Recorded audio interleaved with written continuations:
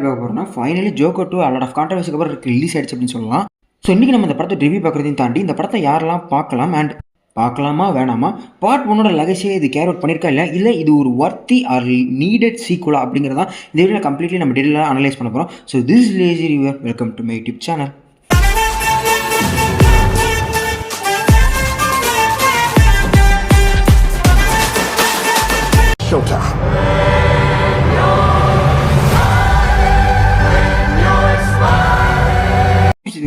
So positive விஷயம் பார்த்தீங்கன்னா நம்ம ஜாக்கின் ஃபினிக்ஸோட அந்த ஜோக்கர் கேரக்டர் உண்மையிலும் மனசை பிரிச்சு மேஞ்சிட்டாரு. ஸோ ஜாக்கின் ஃபினிக்ஸோட ஆக்டிங்கும் சரி, லேடி காகாவோட ஆக்டிங்கும் சரி, அவங்க அந்த ஜோக்கர் அண்ட் ஹேர்லி குயினா செம்மையாக இருந்துச்சு அப்படின்னு சொல்லலாம்.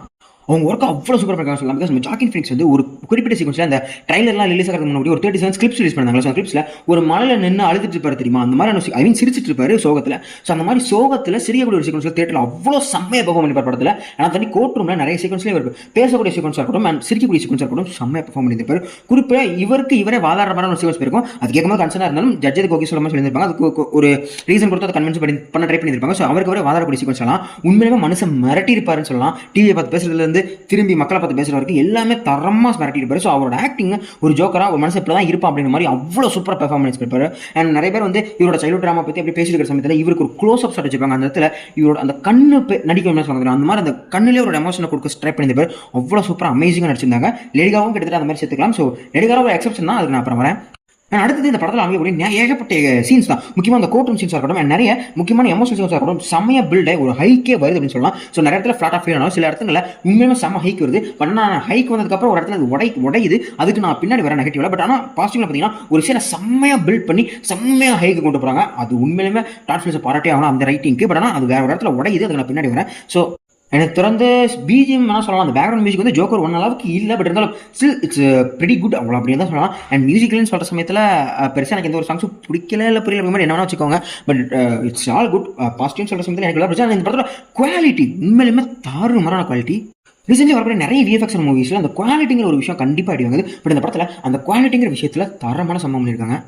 நிறைய சீக்வன்ஸ்ல இது செட்டு தானே இல்லை ரியலே அவங்க போய் எடுத்தாங்க. அண்ட் முக்கியமாக ஒரு பாம் பிளாஸ்ட் சீக்வன்ஸ் இருக்கும், நீங்கள் ட்ரெயிலெலாம் பார்த்துருப்பீங்க. ஸோ அந்த பாம் பிளாஸ்ட் சீக்வன்ஸ் படத்தில் பார்க்கும்போது நம்ம கிறிஸ்டோபர் நோலன் உண்மையிலுமே குண்டு வீசி வெடிக்க வச்சு எடுத்துட்டாங்களா அப்படிங்கிற ஒரு எஃபெக்ட்டுமே கண்டிப்பாக கிரியேட் ஆக செய்யுது. அந்த அளவுக்கு அந்த குவாலிட்டிங்கிற ஒரு விஷயத்தில் எந்த இடத்துலையுமே எங்களுக்கு கொடுக்கல. பிகாஸ் கிட்டத்தட்ட அந்த படத்தில் பட்ஜெட் 150 to 200 மாதிரி சொல்கிறாங்க. ஸோ அது படத்தில் கண்டிப்பாக தெரியும் அவ்வளோ குவாலிட்டி அந்த படம் இருக்கும். பட் ஸ்டில் ஜோக்கர் 150 மில்லியன் எடுத்துமே அந்த அளவுக்கான குவாலிட்டி இருக்க தான் செய்யுது. ஸ்டில் இந்த படத்துக்கும் குவாலிட்டி ஓகேவா தான் இருக்குது. ஜஸ்ட் ஒரு கம்பேரிசனுக்காக சொன்னேன். ஆனால் அதையுமே தாண்டி நிறைய ரெஃபரன்ஸ் வச்சிருந்தாங்க. உண்மையிலுமே அந்த 2 ஃபேஸ், அதாவது ஹேர்லி டென்ட்டுக்கான ரெஃபரன்ஸ், ஹேர்லி கேரக்டர் கூட்டு வந்திருப்பாங்க. அண்ட் 2 ஃபேஸ்க்கான ரெஃபரன்ஸ் வச்சதாக இருக்கட்டும்.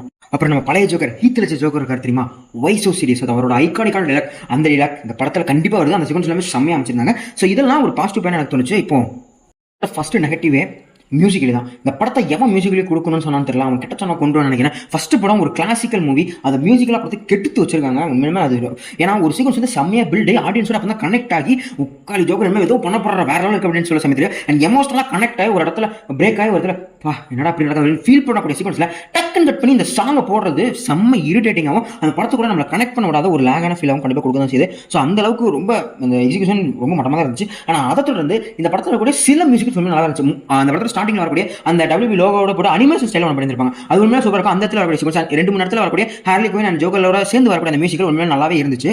பட் ஆனால் அதை தாண்டி 15 பாட்டு இந்த படத்தில் இருக்கத்தான் செய்யுது. அது 3-4 பாட்டு தான் நல்லா இருக்கு, 10 பாட்டு சோதிக்க தான் செய்யுது. ஆனால் அதை தாண்டி அவ்வளோ பாட்டு தேவையில்லை அப்படிங்கிற ஃபீல் கண்டிப்பாக வரதான் செய்யுது. ஸோ இதனால நிறைய பேர் இந்த படத்தில் பாதியில் கிளம்புனதெல்லாம் கண்ணாலே நான் பார்த்தேன். அண்ட் அதையும் தொடர்ந்து நிறைய கேரக்டர்ஸ் தேவையில்லாமல் அந்த கேரக்டர் யூஸ் பண்ண மாதிரி இருக்கும். பிகாஸ் ஹேர்வி டென்ட், அதாவது 2 ஃபேஸ் இருப்பார் இல்லையா, ஸோ அவர் இந்த படத்தில் வந்திருப்பாரு. அவர் ஒரு தேவையில்லாத ஒரு கேமியோ தான், பட் இருந்தாலும் அவர் யூஸ் பண்ணியிருப்பாங்க. அந்த கேரக்டர் யாராலும் பண்ணியிருக்கலாம். எனக்கு தொடர்ந்து நம்ம லேடிக்காக ஹேர்லி குயினை ப்ளே பண்ணியிருப்பாங்க. எதுக்கு, ஏன் இந்த படத்தில் எதுக்கு ஹேர்லி குயின் அப்படிங்கிற கேள்வி கண்டிப்பாக எனக்கு படம் முடிக்கும் போது வரதான் செய்யுது. ஸோ அவங்களால 1 and 2 major turn and twist நடக்க தான் செய்யுது. பட் ஸ்டில் அது கிளைமேக்ஸில் அது அப்படிதான் முடியும் அப்படிங்கிற சமயத்தில் இந்த ஹேர்லி குயின்ங்கிற கேரக்டருக்கே ஒரு டெப்த் எல்லாம் போன மாதிரி தான் இருக்கு. இந்த படத்தோட கிளைமேக்ஸ் கான்ட்ரவர்ஷியலாம் இல்லை, செம்ம டிசப்பாயின்மெண்டாகவும் ஃப்ரஸ்ட்ரேட்டடாகவும் தான் இருக்குது. ஸோ பார்ட் 1 பார்த்துட்டு ஒரு வாரம் அந்த படம் மண்டைக்குள்ளே ஓடிட்டு ஜோக்கர் தான் என் தலைவன் அவன் தானே நல்லா அப்படிங்கிற மாதிரி சொல்லி சுற்றிட்டு இருந்த மனுஷன் தான் இந்த படத்தை பார்த்தாங்க எல்லாருமே செம்மையாக கழுவி ஊற்றுறாங்க. அது நல்லாவே தெரிஞ்சது ட்விட்டர்லையும் சரி. பட் ஆனால் அந்த படத்தை டாட் ஃபிலிப்ஸ் தான் அந்த எடுத்தன்னு சொன்னா சத்தியமா நம்பவே முடியல. அந்த அளவுக்கு அந்த படத்தோட எக்ஸிகியூஷன் அவ்வளவு மட்டமா இருக்கு. அதே மாதிரி இந்த படத்துல நிறைய ஃபிளாட் சீக்வன்ஸ் அதிகமா இருக்கு. அதான் நான் சொல்றேன் தெரியுமா, ஏன் ஃபிளாட்டா தெரியுதுன்னா இந்த படத்துல ஹை பாயிண்ட் நிறையவே இருக்கு. ஆனா அதெல்லாம் பாட்டை போட்டு கெடுத்ததுனால இந்த படத்து கூட கனெக்ஷன் இல்லாம வருது. ஐ மீன் இந்த படத்தோட கனெக்ட் பண்ற மாதிரி ஒரு சீக்வன்ஸ் டக்குனு பாட்டு போட்டோன்னா அவன் பிச்சுக்கிட்டு வரதான் ட்ரை பண்றான். பிகாஸ் அந்த இடத்துல பாட்டு தேவையில்லை சீக்வன்ஸ் நிறைய இடத்துல வரதான் செய்யுது. அண்ட் அதையுமே தாண்டி இந்த படத்துக்கு ஏ சர்டிஃபிகேட் கொடுத்துருப்பாங்க. பார்ட் 1க்கு ஏன் ஏ சர்டிஃபிகேட் கொடுத்துருப்பாங்க, அந்த படத்துல ரத்த தெரிக்கும் வயலன்ஸ் அவ்வளவு ஹார்டா இருக்கும். அதனால அந்த படத்துக்கு ஒரு ஏ சர்டிஃபிகேட் கொடுத்துருப்பாங்க. பட் இந்த படத்துல இந்த மாதிரி வயலன்ஸ் எதுவுமே இல்லை. இந்த படத்துல ஒரு லாங்குவேஜ் கட் பண்ணிட்டு இது PG-13 கூட ரிலீஸ் பண்ற அளவுக்கு இந்த படம் வந்திருக்கும். பட் ஆனா இதுல தேவையில்லாம நியூடிட்டி சீக்வன்ஸ், அந்த நியூடிட்டி சீக்வன்ஸ்க்காகவும் அந்த லாங்குவேஜ்க்காக மட்டும் தான் கேஸ் சர்டிஃபிகேட் கொடுத்துருக்காங்க. அதுல பெருசா வயலன்ஸ் எதுவுமே எனக்கு தெரியல. ஆனா அதை தாண்டி இருக்கு, ஒன்று ரெண்டு இடத்துல இருக்கும். பட் அந்த நியூடிட்டி சீக்வன்ஸுமே தேவையில்லாத ஒரு சீக்வன்ஸ் தான் எனக்கு ஃபீல் ஆச்சு. இந்த படத்தை அந்த நியூடிட்டி சீக்வன்ஸ் வைக்கணுங்கிற எந்த ஒரு விஷயமே இல்லை. அதை ஸ்கிப் அவுட் பண்ணிருக்கலாம், இல்ல அந்த இடத்த கட் பண்ணி இதான் நடந்துச்சு அப்படிங்கிற மாதிரி வார்த்தையை கூட மென்ஷன் பண்ணிருக்கலாம். அந்த நியூடிட்டி சீக்வன்ஸ் தேவையில்லாத ஒரு சீக்வன்ஸ் தான். பிகாஸ் பார்க்கும்போது முகசொலிக்க வைக்கிற மாதிரி தான் அமைஞ்சிருக்கு. ஸோ இந்த அளவுக்கு பண்ணி பார்ட் 1 ஒரு கிளாசிக்காக கொடுத்துட்டாங்க. பார்ட் 2 அந்த கிளாசிக்காக அந்த லெகசியை கெடுத்த மாதிரி, அதாவது ரூம் பண்ண மாதிரி தான் மொத்தமே எனக்கு ஃபீல் ஆகுது. ஸோ இது பற்றி எனக்கு பெருசாக எதுவும் பேச விரும்பல அப்படிங்கிற மாதிரி நான் சொல்கிறேன். பிகாஸ் செம்ம டிசப்பாயின்மெண்ட். அந்த படத்தில் நான் செம்ம எக்ஸ்பெக்டேஷன் வச்சிருந்தேன். ஸோ டிசியில் இருக்கிற மூவிஸ் எல்லாமே செம்ம ஃபிளாப் இருக்கிற சமயத்தில் மார்வல் டெட்பூல் சொல்லி ஒரு 6 மூவி கொடுத்து செம்மையாக ஒரு கம்பேக் கொடுத்தாங்க. ஸோ அந்த மாதிரி DC will be give there comeback this film அப்படிங்கிற மாதிரி அடிச்சு சொல்லிட்டு இருந்தேன். பட் என்ன பண்ணுறது, இந்த படம் ஆனர்லேயே டெட் அப்படிங்கிற மாதிரி சொல்லிட்டு இருக்காங்க. பாக்ஸ் ஆஃபீஸ்லேயுமே இந்த படம் பெருசு பர்ஃபார்மன்ஸ் இல்லை. ஸோ அந்த சமயத்தில் இந்த படம் என்ன ஆகும் எனக்கு தெரியல. நான் இந்த படம் ஃப்ளாப் ஆகிறத கண்டிப்பாக சொல்ல போகிறதா கண்டிப்பாக ஹிட் வாய்ப்பு அதிகமாக இருக்குது. அண்ட் முக்கியமாக அந்த படத்தை வந்து பார்க்க போறீங்க அப்படின்னா நீங்கள் ஜோக்கர் 1 பார்த்துருந்தீங்கன்னா உங்களுக்கு ரொம்ப பிடிச்சிருச்சுன்னா கண்டிப்பாக அந்த படம் அதில் ஒரு 60 to 70% பிடிக்கிற வாய்ப்புகள் அதிகமாக இருக்குது. பட் ஜோக்கர் 1 நான் கொஞ்சம் திக்கி தான் பார்த்தேன் அப்படின்னு யாரும் இருக்க மாட்டீங்க. ஒரு வேளை இருந்தீங்க அப்படின்னா இந்த படத்துக்கு போகிறது கொஞ்சம் யோசிச்சு போங்க. ஜோக்கர் 1 உங்களுக்கு ஃப்ளாவாக தெரிஞ்சுன்னா joker 2 will be triple times more ஃப்ளாவாக தான் இருக்கும். ஜோக்கர் 1 பார்த்துட்டு ஜோக்கர் 1க்கு ஃபயர் விட்டு சுற்றிட்டு இருந்தவங்களா இருந்தீங்கன்னா கண்டிப்பாக அந்த படத்தை பார்த்துட்டு கடுப்பாக வாய்ப்புகளும் இருக்குது. ஸோ இதோட அந்த வீடியோ முடிச்சுக்கணும்னு நினைக்கிறேன். இதுக்கு மேலே நான் சொல்றது எதுவும் விரும்பல. அண்ட் இதுக்கு மேலே நான் சொன்னா அது கண்டிப்பாக ஸ்பாயிலராக தான் அமையும். ஸோ கண்டிப்பாக நிறைய எஃபெக்ட் தேர்தல் பார்க்கக்கூடிய விஷயங்கள் இருக்கிறதா சேர்த்து கண்டிப்பாக தேர்தல் செக் பண்ணி பாருங்க. ஸோ இந்த படத்தை பார்த்தவங்க உங்களோட தச்சு கண்டிப்பாக கமெண்ட் சொல்லிப்பாங்க. பிகாஸ் என்னோட தாட் இது, உங்களுக்கு ஒரு தாட் கண்டிப்பாக இருக்கும். நிறைய கமெண்ட் சொல்லிப்பாங்க, எல்லாமே தெரிஞ்சுக்கலாம். அடுத்து வந்து படத்தை பார்க்காதவங்க கண்டிப்பாக ஒரு நல்ல தேர்தல் செக் பண்ணி பாருங்க. ஒரு 1 டைம் வாட்ச் பண்ண முடியாத இருக்கும். ஸோ உங்களோட படத்தை பார்த்தவங்க உங்க ரேட்டிங் சொல்லிட்டு போங்க. ஸோ என்னோட ரேட்டிங் 10க்கு 5 இல்லை 6 கொடுக்கலாம். 6 ஏன் கொடுக்கலன்னா இந்த படத்தோட மேக்கிங் அண்ட் அந்த லேடிக்காக அண்ட் நம்ம ஜாக்கின் ஃபீனிக்ஸ் அவங்க கொடுத்துக்கூடிய அந்த ஆக்டிங் ஒர்க்ஸ்க்காகவும் அண்ட் செட் ஒர்க்ஸ்க்காகவும் இந்த படத்துக்கு கண்டிப்பாக நான் 6 பாயிண்ட்ஸ் கொடுக்க தான் செய்கிறேன்.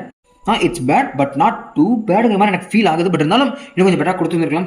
ஸோ டிசப்பாயிண்டட் தான். ஸோ ஓகே, இது ரொம்ப இந்த வீடியோஸ் பற்றி சொல்லிப்பாங்க. பிகாஸ் இதில் நான் நிறைய ஃப்ளாஸ் சொல்லியிருப்பேன். ஸோ இதில் நான் தப்பா சொல்லியிருந்தாலும் மிஸ்லீட் பண்ணலாம் கமெண்ட் சொல்லுங்கள். அந்த வீடியோஸ் எல்லாம் ஃப்ளாஸ் இருந்தாலும் அதையும் கமெண்ட் சொல்லுங்கள். அடுத்த வீடியோவில் ட்ரை பண்ணுறேன். ஸோ இதே மாதிரி இன்னொரு 2 சொன்ன விஷயம் ஆஃப்டர் பாய்.